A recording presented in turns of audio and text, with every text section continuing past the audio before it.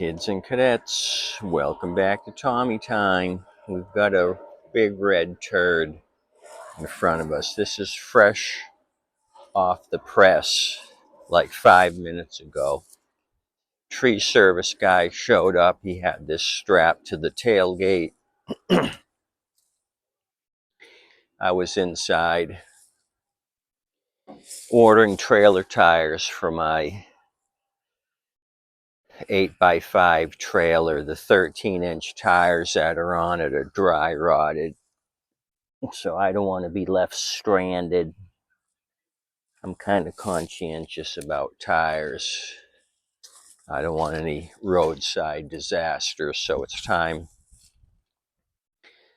to get new tires. Tread is perfect. You don't use a trailer a lot, at least I don't. Tread could go several more thousand miles, but the dry rotting will kill you. So I found a pair. They're going to be delivered. I'll put them on, dismount these and mount the other ones. So let's look at this. I asked him if he knew anything about it. Will it pull over? He said he hadn't checked it, so I pulled it over. It did pull over, but noticed it was kind of wonky as far as integrity. I noticed some jumping here in the front end. Plastics here are all melted or chewed up. It's got oil on the deck. So let's see why somebody shit canned this thing. I've got a screwdriver to check the filter. I've got my 2+2 to try to start it if it doesn't start on its own, and a rag to check the oil. Why don't we look at the date and then we'll start from there. Looks like it's a 2013, April of 2013, according to the Briggs engine ID. The ID plate for the Troy-Bilt back on the grass flat, that's gone. It's been torn off, so all I can tell is it's a 725 EXI and it's a 2013 model year. Serial number also on the tank here. The little sticker starts with 13, corresponding with model year 2013. So let's just check oil first. It's got some, it's used. Dipsticks bent. We're at the top. Oh, I got my new friend. This cat belongs to my neighbor. He's seen the cat I'm feeding, so he's coming over now for the last couple days looking for handouts. So I'm feeding him, then he's going to go across the street and get his own meal. Super fluffy cat, little skittish,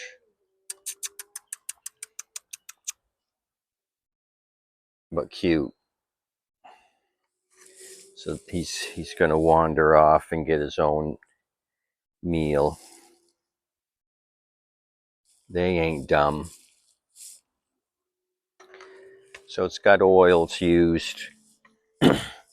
Notice the oil on the deck, like I mentioned, that the gasket here, O-rings, not tight. Moving the tube around, and that should be much stiffer than that. So we're getting oil splash, and it's coming out onto the deck. Let's check the filter.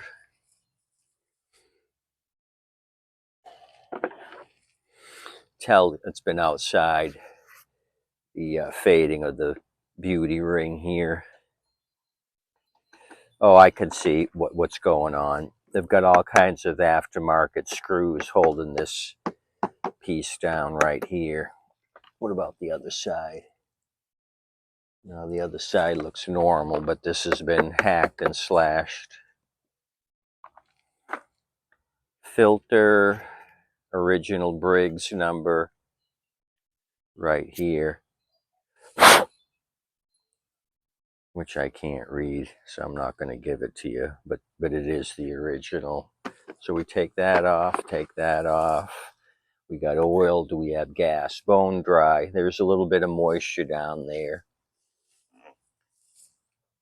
but it's sawdust mixed with moisture. So is this a priming? No, this is automatic choke.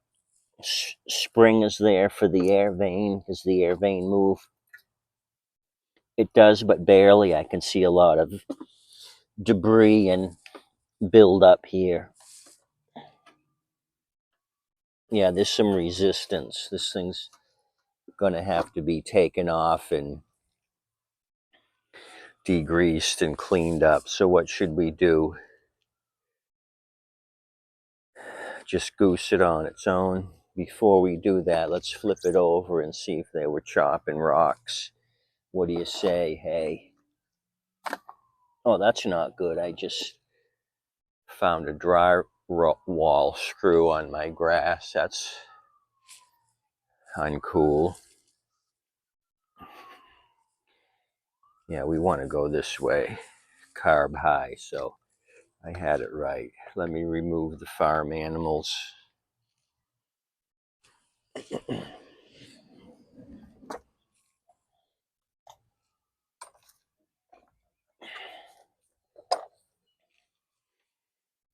Okay. So this is what I was mentioning before. A couple of things here that don't belong. Like I said, this thing was acting jumpy. Yeah, they've kind of messed this thing up. So we're missing a screw there. They didn't put one there. They've got something there that don't belong. This one here isn't down all the way. That one's missing. And that one's missing. So apparently somebody took this off. Oh shit, they got a screw through the transmission. Right there, you see that? Oh, that's no good. So somebody's been trying to save this. So that's a disaster. Then I see this donut ring of grass. That's a disaster.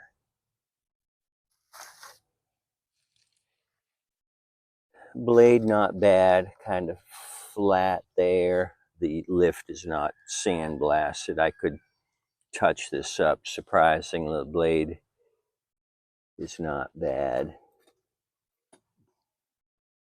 This thing just looks like it's been a lack of maintenance.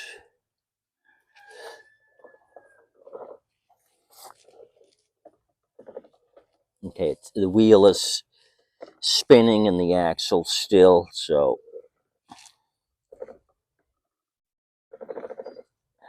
we might have a gear, possibly worn gears maybe.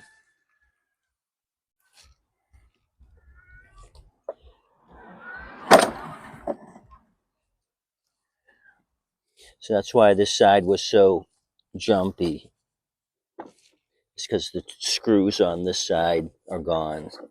So this whole thing is lifting. I was wondering what the deal was. 2 screws have not been replaced.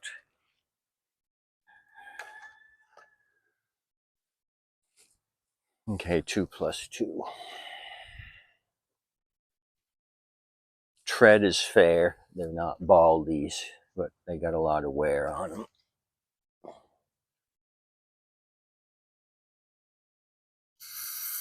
Okay, that should give us something. I call it a 1 puller. I think we're going to do something here.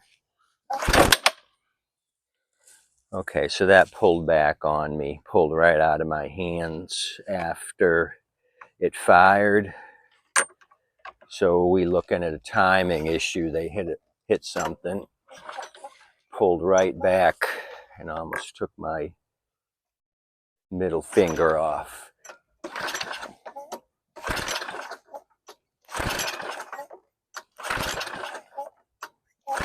And now I'm not getting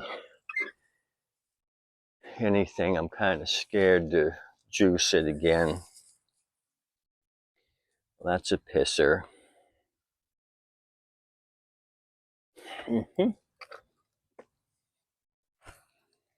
It's got a champion plug. Some of the fins have been snapped off above the plug for some reason. Don't know why. This thing's been through hell and high water. I was thinking, should I pay 20? And then I see the overall roughness. I said, no. Said to myself, this is a $10 unit. Which maybe it should have been a $5 unit. Okay, I'm going to try this again and not lose any fingers. I'm hoping. No, pull back again. And ignited that spray. Yep. Right there, it pulled back. Timing's off.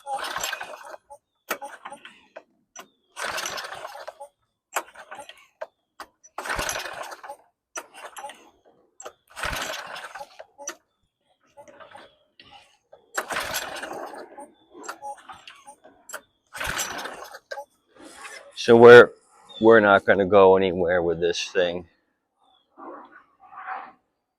I've got to pull all this off and look at the keyway. So whoever had this really got their money's worth from this 2013, April of 2013. Let me just see if I can see what the deal is. I'm going to spin the blade and kind of see how bad it is. Okay, I got my mark.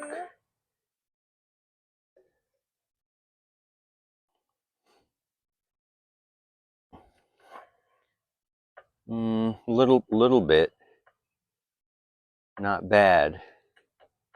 Kind of close. I'm curious what I'll find here. Maybe I'll bring you back for this after I tear it all down. But definitely kicked back twice when I goosed it, and then it was a dead end after that. No reaction to my action. So this thing may be a huge turd in the end.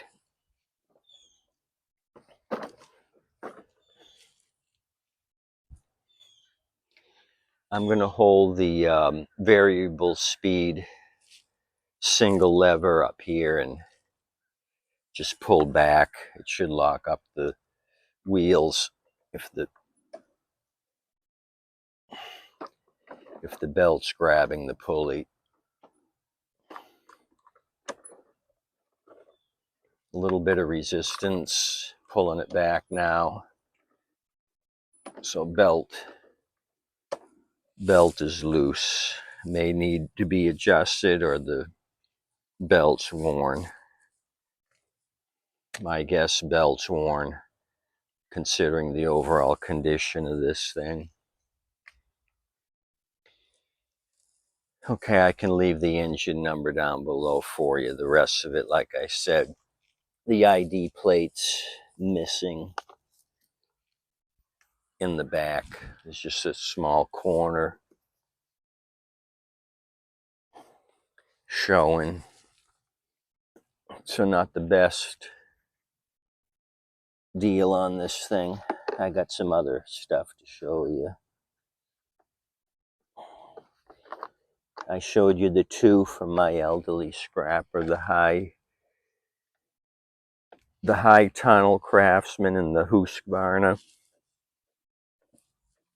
I had to go pick those two up, and the Ryobi. There's been some other stuff dropped off. Bradenton Scrapper dropped off one we can look at, like 3 bags in one Honda powered machine, which I think is what is it,